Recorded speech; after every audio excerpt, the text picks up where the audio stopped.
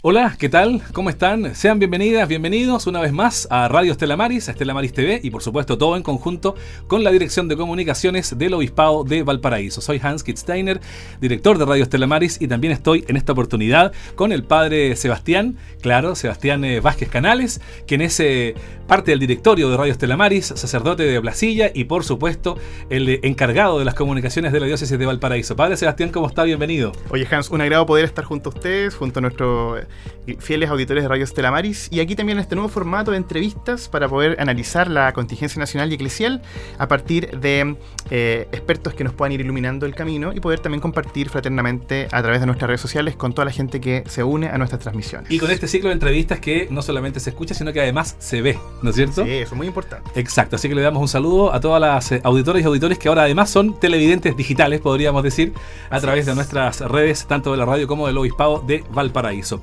Queremos hablar de las creencias, queremos hablar de la espiritualidad, de la fe, cuánto cambiamos las chilenas, los chilenos, en torno a los resultados de la encuesta Bicentenario UC 2022. Para eso hemos querido invitar a Loreto Moya, quien es la decana de la Facultad de Teología de la Pontificia Universidad Católica de Valparaíso, y al profesor Juan Pablo Faúndes, jefe del programa académico de la Facultad de Teología de la Pontificia Universidad Católica de Valparaíso, que además es parte de nuestra diócesis.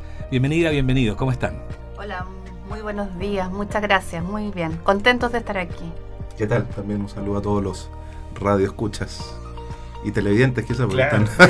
Yo creo que ahí va a haber que inventar un concepto radio-televidente, escuchas, no sé, hay que inventar un híbrido. Nuestra audiencia diocesana y eclesial. Exacto. ¿Cuánto hemos cambiado las chilenas, los chilenos? Las encuestas van entregando detalles, padre Sebastián. Sí, es muy importante poder analizar, porque yo creo que las encuestas regularmente como una metodología de investigación nos ayudan también a visualizar el horizonte, la proyección de cómo de alguna manera, en este caso, las creencias van cambiando, van avanzando, pero también se van proyectando en el tiempo. ¿Cuál fue su primera apreciación con respecto a esta encuesta, ustedes como docentes de la Facultad de Teología? Bueno, a ver, en mi caso fue una sorpresa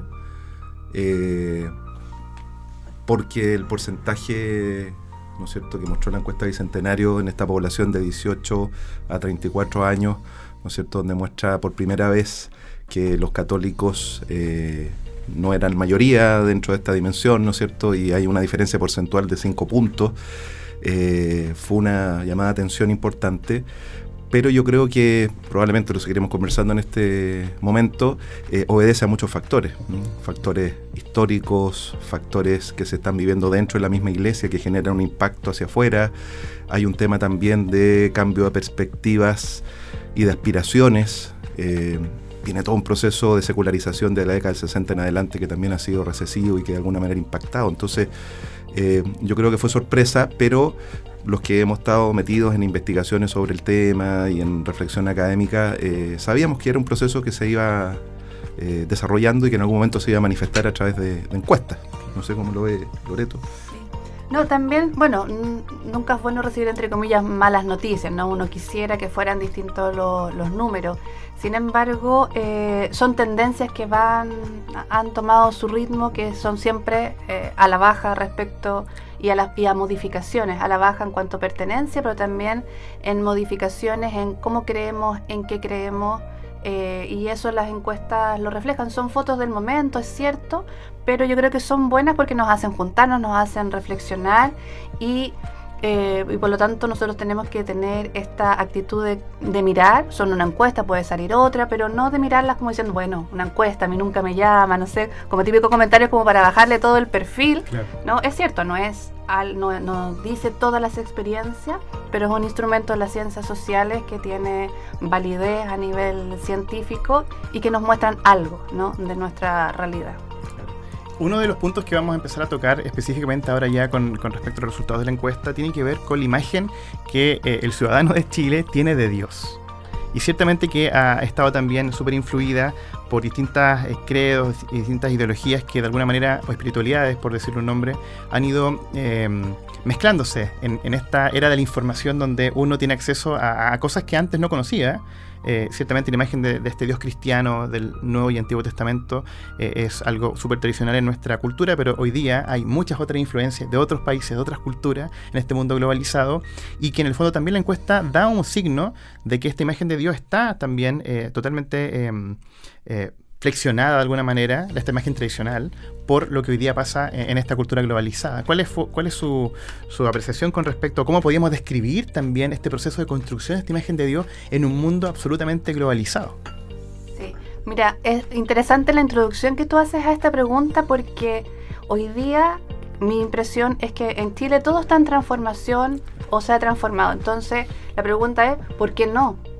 ¿Cómo se construye la imagen de Dios, ¿no? En el fondo, hay cambios en las familias, en cómo se constituyen, en el rol de los padres, en la transmisión de la fe, pero en la transmisión de la cultura, podríamos decir, como de las ciertas costumbres que teníamos de los almuerzos dominicales, o incluso claro, de tomar once todos juntos. O sea, la vida cotidiana del chileno y la chilena ha cambiado muchísimo. Los formatos conocidos a lo mejor ya no son el formato que conocimos cuando éramos pequeños nosotros, y hoy día claro, nuestros hijos y quizás los nietos van a ser completamente diferentes. Por supuesto, y eso lo estamos formando, eso lo estamos mostrando y lo estamos viviendo nosotros también como adultos, y vemos cómo era la vida de adultez de nuestros padres, es diferente. Bueno, y esos cambios evidentemente nos sorprenden y nos hacen reflexionar. Claro, y por eso la pregunta es cuando el padre nos dice y sobre la imagen de Dios, ¿cómo construimos? De una manera, la respuesta es de una manera muy distinta como lo hicimos nosotros y como lo hicieron nuestros padres.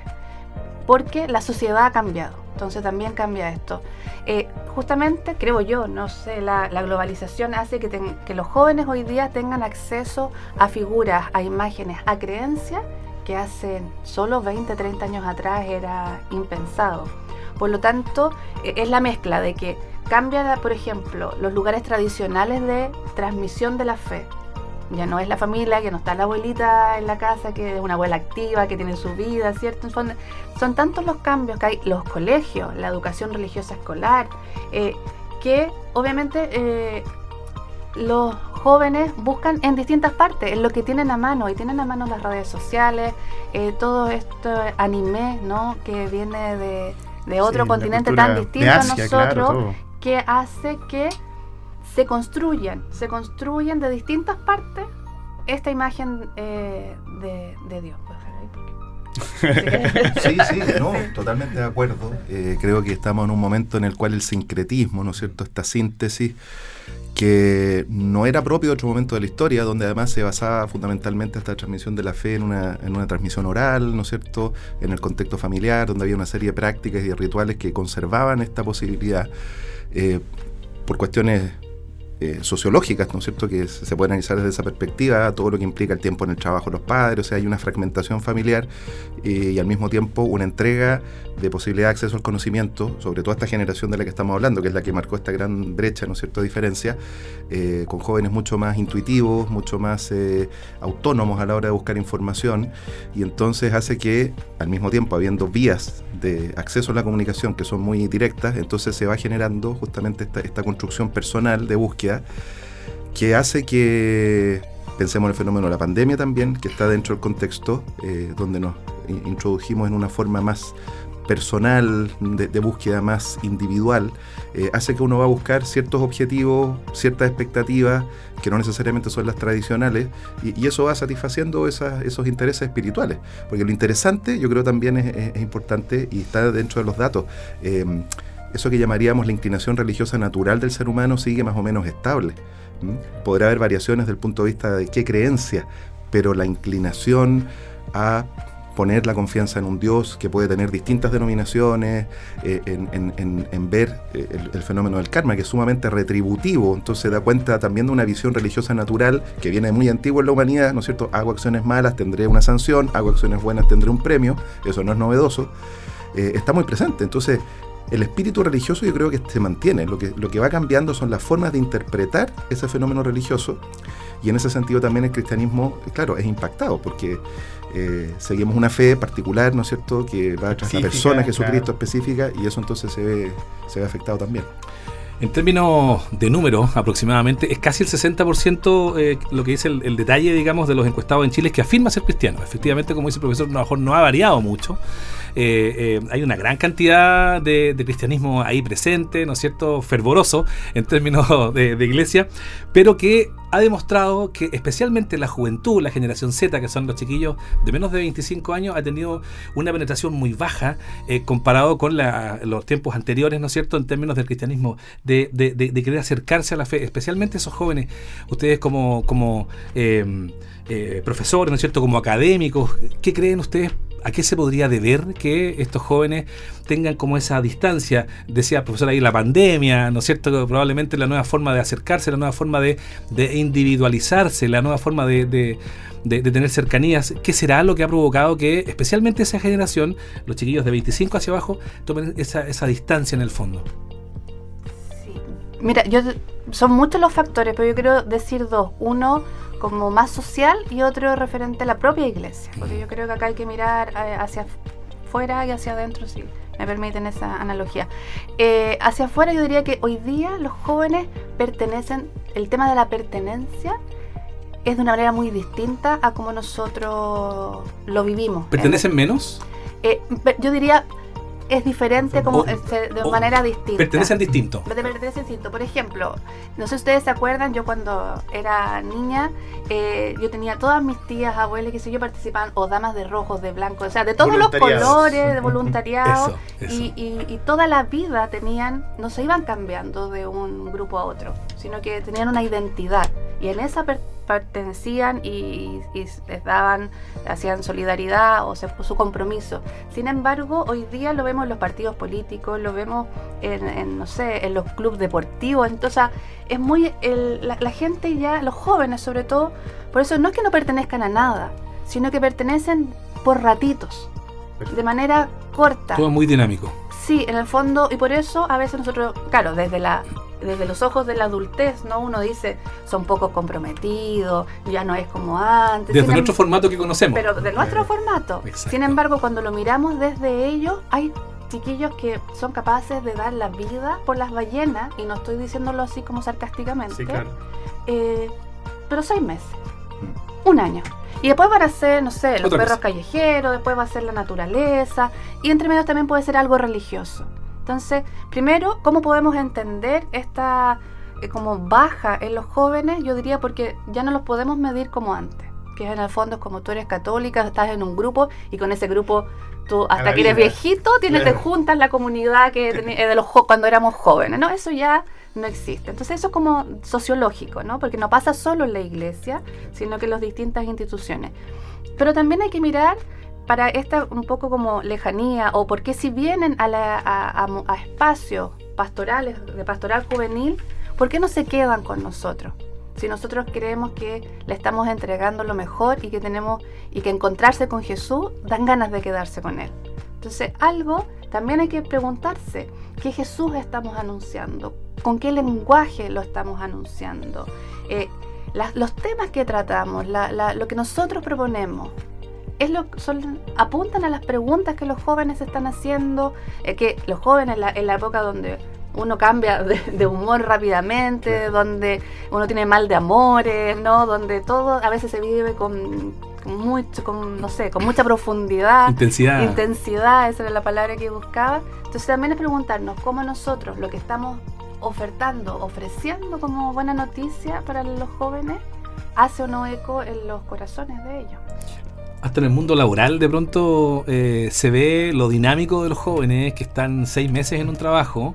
Y claro, nosotros que lo concebimos de otra forma lo leemos como falta de compromiso. No tiene camiseta, no se comprometió, no. Y al año siguiente estará en otro trabajo. Y claro, puede ser parte de ese dinamismo.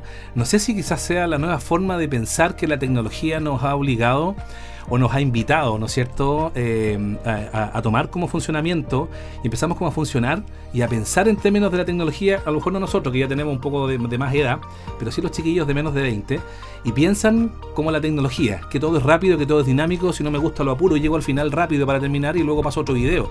De hecho, yo he visto en lo personal una forma que como escuchan música. Al poner música de Spotify en el auto, están escuchando una canción y de la mitad saltan a la siguiente porque ya les aburrió esa. Entonces todo es como tan dinámico que a lo mejor pertenecen un rato y luego dejan de pertenecer porque quieren ir a otro lado, a otra cosa. Sí, ¿Puede ser un poco eso? Sí. Hay una fragmentación de alguna manera en nuestra experiencia vital.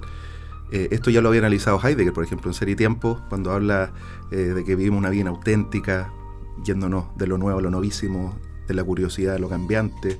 Ya estaba adelantando de alguna manera la percepción de este fenómeno.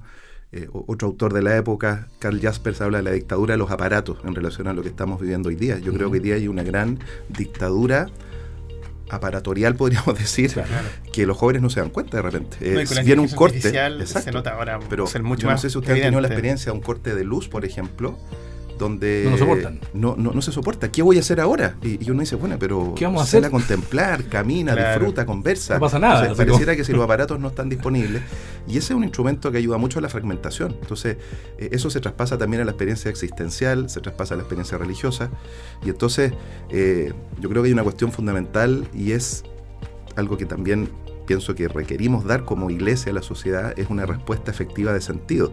Otras encuestas muestran que efectivamente una de las cosas que más adolece hoy día la juventud es de sentido, búsqueda de sentido, y el sentido a veces se fragmenta justamente, nos hacemos cargo de respuestas inmediatas, pero esas grandes preguntas que van buscando decisiones últimas son las que a veces no están presentes.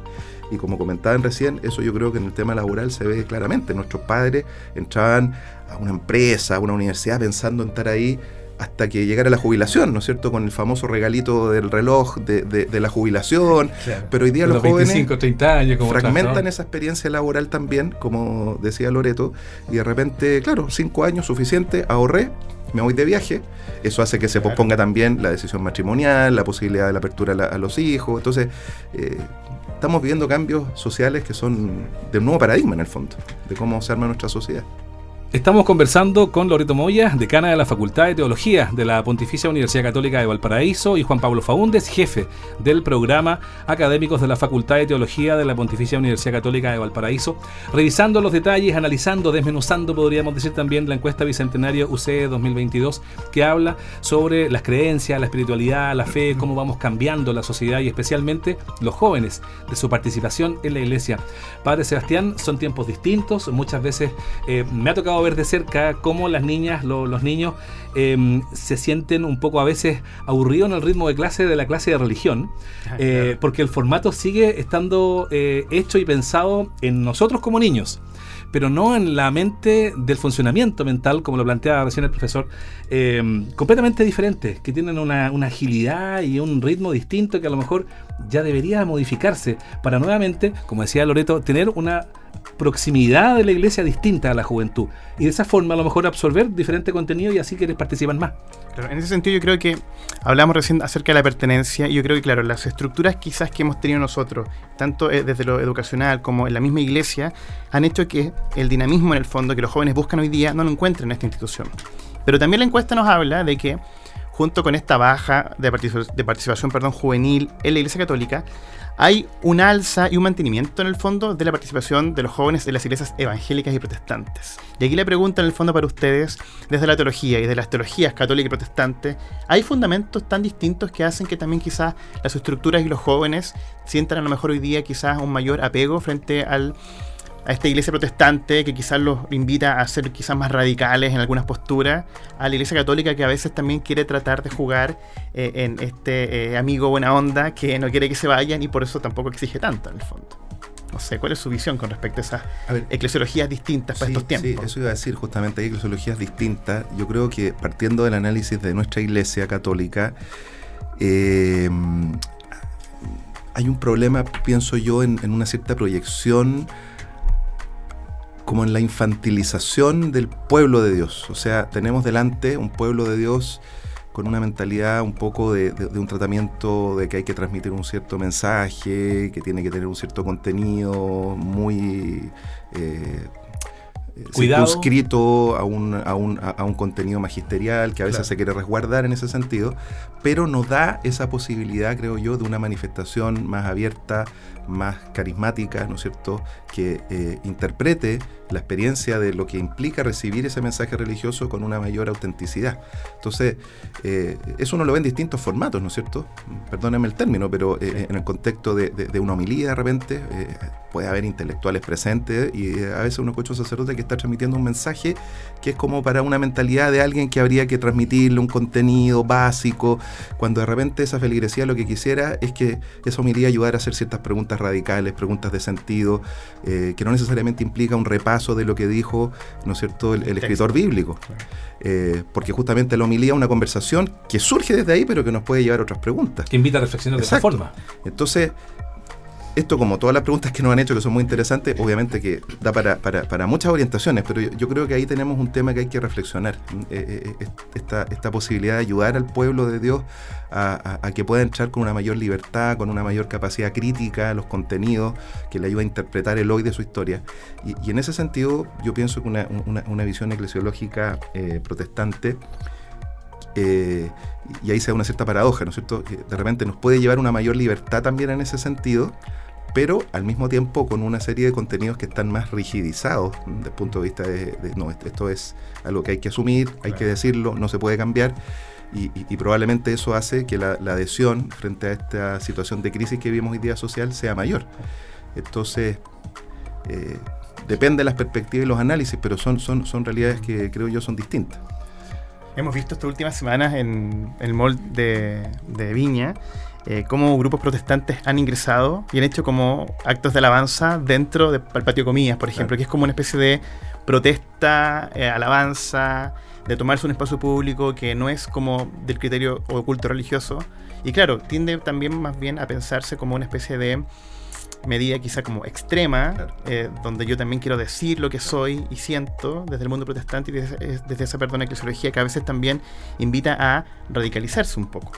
Quizás desde el mundo católico la libertad y la autonomía del individuo en este caso se percibe de otra manera. No sé cuál es su experiencia, profesora. Sí, mira, a mí me cuesta hablar del mundo evangélico porque es tan grande. Nosotros trabajamos, tenemos un convenio con la Comunidad Teológica Evangélica de Chile y vemos que, o sea, nosotros siempre decimos que es inmensa la variedad que hay y nos sobrepasa, es mucho más grande. Entonces, claro, hay que tener cuidado cuando hablamos como de los evangélicos, porque también entre ellos hacen sus distinciones, sus diferencias.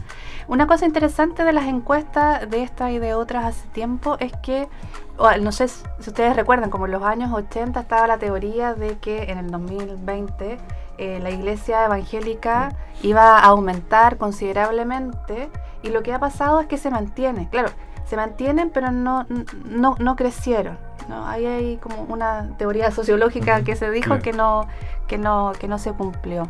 Yo de lo que sé y de lo poco que sé de iglesias evangélicas, me atrevo a decir que encuentro que a nivel es como más familiar, o sea, y quizás por eso se ve que los jóvenes siguen asistiendo, no baja en el fondo, ¿no?, los porcentajes que siguen asistiendo. Habría que ver qué pasa con los adultos, porque si no ha subido, quiere decir que no se mantiene, ¿no? En el fondo, sociológicamente, a largo plazo, eso. Y sobre el ejemplo que usted daba, no sabía que pasaba eso en el mall.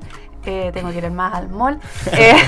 Es que claro, es que hay grupos, y yo creo que son como, no sé cómo llamarlos para no equivocarme, como los protestantes de cierta tendencia más norteamericana, o también dicen que como de Brasil, ¿no? Claro. Que estos son partes de su ser iglesia.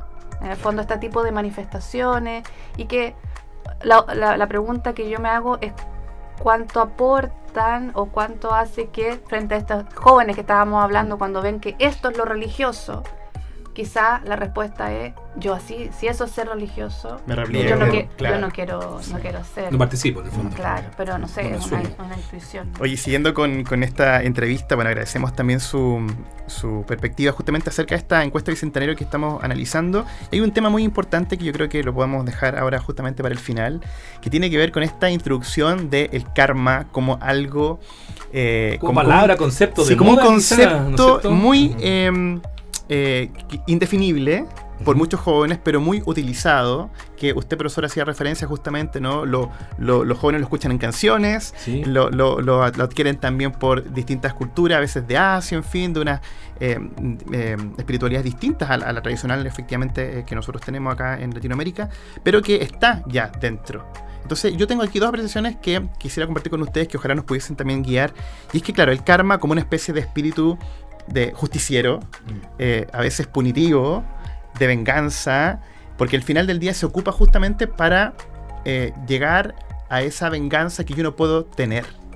Y está súper presente, que es el típico dicho también que nos hacía nuestra abuela: Dios castiga, pero no a palo. Que es un poco lo mismo, ¿no? Que son reminiscencias un poco de la ley del talión, pero como usted bien decía, de una especie de espiritualidad, religiosidad natural. Y los números no son menor. El 2010 era un 27% y al 2022 la encuesta dice que se habla del Carmen un 59%. Es que eso es justamente expresión de lo que implica la desacralización. Por lo que decía en un principio, el ser humano, hay explicaciones que podrá dar y la ciencia sigue avanzando y se podrán dar explicaciones en ámbitos donde antes no se daba, cosa que yo creo que es buena para la experiencia de fe, porque antes se podía interpretar sacralmente muchas cosas que se explicaban de otra manera, ¿ya? Entonces hubo una cierta depuración en ese sentido. Pero ese sentimiento de una religiosidad natural está presente en el ser humano a lo largo de la historia y en distintas latitudes. Esa expresión de alguna manera karmática da cuenta de eso y está presente en distintas denominaciones, brahmánicas, hinduistas, está presente, como decías tú, en la misma tradición hebrea, desde la perspectiva de la lógica del talión, que venía de mucho antes también, ¿no es cierto? Entonces, esa mentalidad de la retribución, diciendo, bueno, no es posible que yo pase por este mundo sin que haya una entidad superior que venga a dar lo que se merece el malo y a dar lo que se merece el bueno. Claro. Es una cuestión religiosa natural que está muy dentro de nosotros. Entonces, cuando uno ve que aumenta el karma y la creencia en el karma y baja por otro lado esta experiencia o adhesión en relación a un Dios revelado que nos muestra algo distinto al karma, da cuenta justamente de eso, de que hay un sentimiento religioso natural que ahora se llama karma, que sigue presente, pero la experiencia del encuentro con Jesucristo es lo que ha bajado de alguna manera. Y ahí es donde yo veo la importancia que tenemos como iglesia de hacer ese anuncio querigmático explícito. Cuando empezó Papa Francisco su pontificado, ¿no es cierto?, con Evangelii Gaudium y sus primeros documentos, centró el cristianismo en no olvidemos la importancia del anuncio del querigma, que puede estar muy tapado de experiencias de otro tipo, ¿no es cierto?, que finalmente no van al núcleo. No sé si hoy día le preguntamos a la gente que es de nuestras iglesias si sabe qué es lo que es el querigma, si lo tiene en su vida presente, si lo anuncia, puede que ni siquiera tenga idea y se acuerda más de otras cosas, de prácticas, de cosas que aprendió en la catequesis, claro, de cuestiones rituales que son importantes pero secundarias. Entonces, yo creo que todo este fenómeno y esta reflexión obedece un poco a eso, una forma de interpretar una experiencia religiosa natural que hoy día se identifica con algo que además está de moda, porque en el sincretismo religioso las orientaciones orientales están muy de moda, y entonces, claro, se le puso nombre a esa experiencia de retribución, pero probablemente si uno va más allá en la pregunta a esos jóvenes, probablemente ellos no son budistas ni son hinduistas, claro, pero tienen ese concepto muy, muy marcado. No sé, Loreto, si querés complementar algo. Sí, porque estoy totalmente de acuerdo. Yo creo que a la base está también esta necesidad que tenemos todos los hombres y mujeres de preguntarnos por qué el mal, por qué me pasan cosas mal, por qué sufro, por qué el dolor, por qué la enfermedad. Y el karma, entre comillas, es fácil, ¿no? Es como, ya, no importa que si tú me hiciste algo malo, porque te va a pasar algo malo en algún momento, porque el karma va a actuar, ¿no? Entonces, en cambio el cristianismo, nosotros somos una religión que creemos en un Dios que es pura gratuidad y que tenemos un libro de Job, ¿no? En la Biblia, claro, que nos hace no entender por qué al bueno le va mal y no le va mal al que se comporta mal. Entonces, es un Dios gratuito, es un Dios de proceso, es de amor, es de poner la otra mejilla, de amar al enemigo. Y claro, y eso para como la justicia, no sé cómo llamarla, pero así como mundana, social, no calza.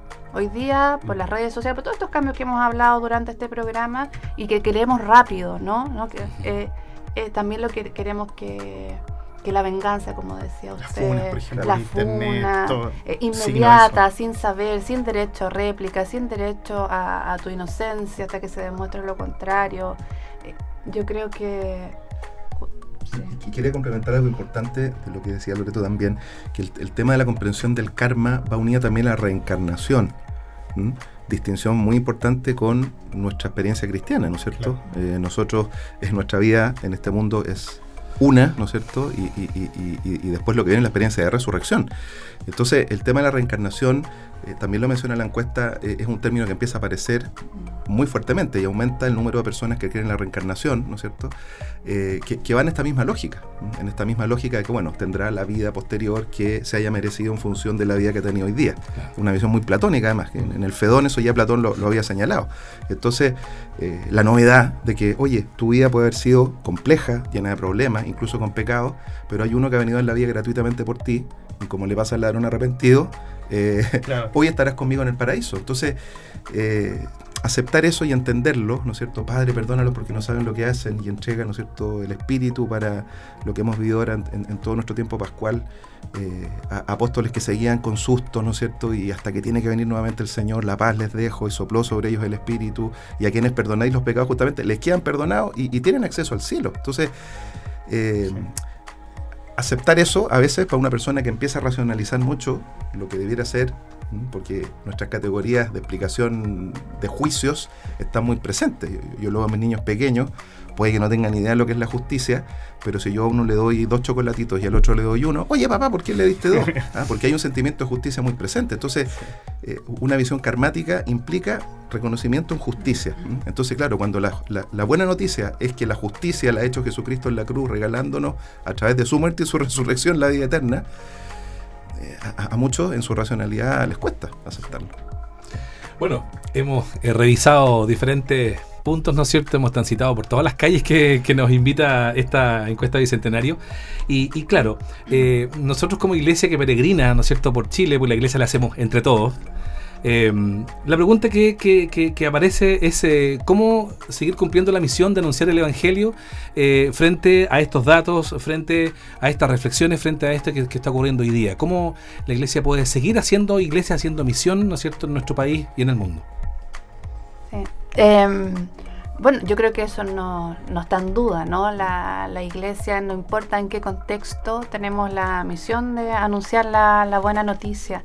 A mí se me vienen, bueno, hartas cosas han salido a lo largo de esta entrevista. A mí, yo quiero destacar una, que es que no caer en la tentación de pensar que todo lo que está en la sociedad y que todo lo que viven los jóvenes es malo. Y claro, combatir, pero como un combate que anula la experiencia del otro. La experiencia, en este caso, de nuestros jóvenes. Porque no vamos a entrar en diálogo. No vamos a poder conocer qué es la pregunta más profunda que le hace a este chiquillo creer en el karma. Pertenecer de a poquitito, como por momento. Entonces, yo creo que, y eso nos cuesta mucho como iglesia, tenemos siempre la tentación de condenar al tiro la cultura, lo que se vive, y lo que nosotros estamos invitados es a escudriñar la cultura. En el fondo, sabemos que no todo lo que está allí es de Dios, que no todo humaniza, pero que las personas lo que van viviendo, en este caso los jóvenes donde nos hemos centrado, tienen búsqueda, y la búsqueda es honesta.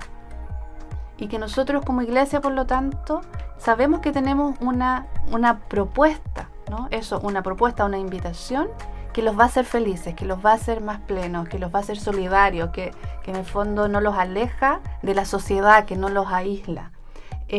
Porque eso es el reino, ¿no? El reino ya está entre nosotros, no de manera plena, pero lo tenemos, lo vivimos, y nuestra tarea como iglesia en ese anuncio es también descubrir esos rasgos de Dios en la cultura. Por eso estas encuestas y estos son buenos motivos como para ponernos a pensar de una manera como más profunda, darle un poco más de vuelta para salir de las respuestas como rápidas, claro, que a veces estas encuestas nos causan. Como no están muy a favor de lo nuestro, claro, tendemos a reaccionar a veces como rabia o ignorándola.